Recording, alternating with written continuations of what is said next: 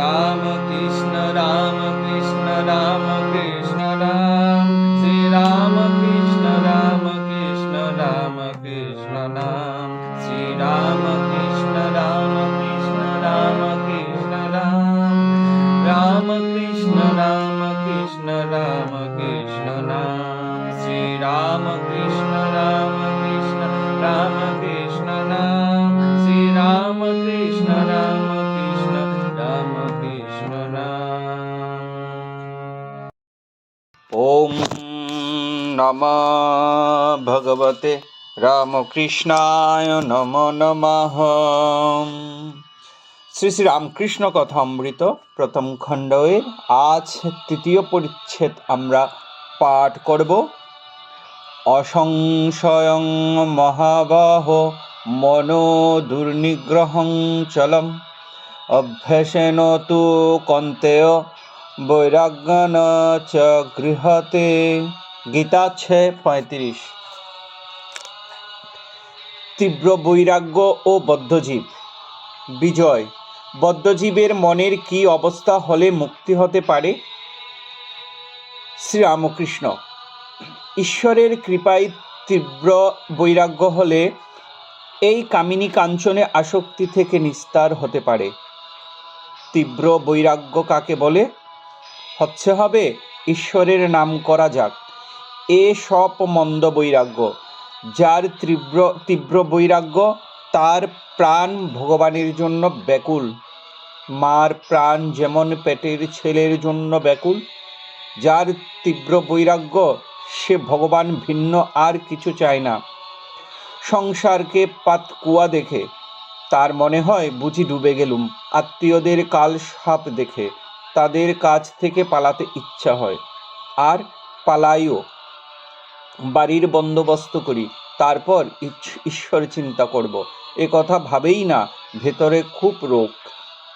তীব্র বৈরাগ্য কাকে বলে? একটি গল্প শোনো।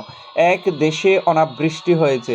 চাষিরা সব খানা কেটে দূর থেকে জল আনছে। একজন চাষার খুব রোগ আছে।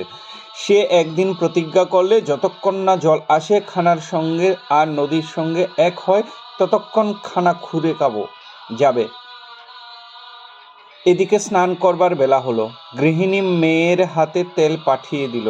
মেয়ে বললে, বাবা, বেলা হয়েছে, তেল মেখে নিয়ে ফেলো। সে বললে, তুই যা, আমার এখন কাজ আছে। বেলা 2 প্রহর 1টা হলো। তখনও চাষা বললে, তুই যা, আমার এখন কাজ আছে। বেলা 2 প্রহর 1টা হলো। তখনও চাষা মাঠে কাজ করছে, স্নান করার নামটি নাই। তার স্ত্রী তখন মাঠে এসে বললে, এখনো নাও নাই কেন? ভাত জুড়িয়ে গেল, তোমার যে সবই বাড়াবাড়ি। না হয় কাল করবে। কি খেয়ে দেয়েই করবে? গালাগালি দিয়ে চাষা কোদাল হাতে করে তাড়া করলে, আর বললে, তোর আক্কেল নেই, বৃষ্টি হয় নাই, চাষবাস কিছুই হলো না, এবার ছেলেপুলে কি খাবে? না খেয়ে সব মারা যাবি? আমি প্রতিজ্ঞা করেছি, মাঠে আজ জল আনবো, তবে আজ নাওয়া খাওয়ার কথা কব। স্ত্রী গতিক দেখে দৌড়ে পালিয়ে গেল। চাষা সমস্ত দিন হাড় ভাঙা পরিশ্রম করে সন্ধ্যার সময় খানার সঙ্গে নদীর যোগ করে দিলে। তখন এক ধারে বসে দেখতে লাগলে যে নদীর জল মাঠে কুল কুল করে আসছে।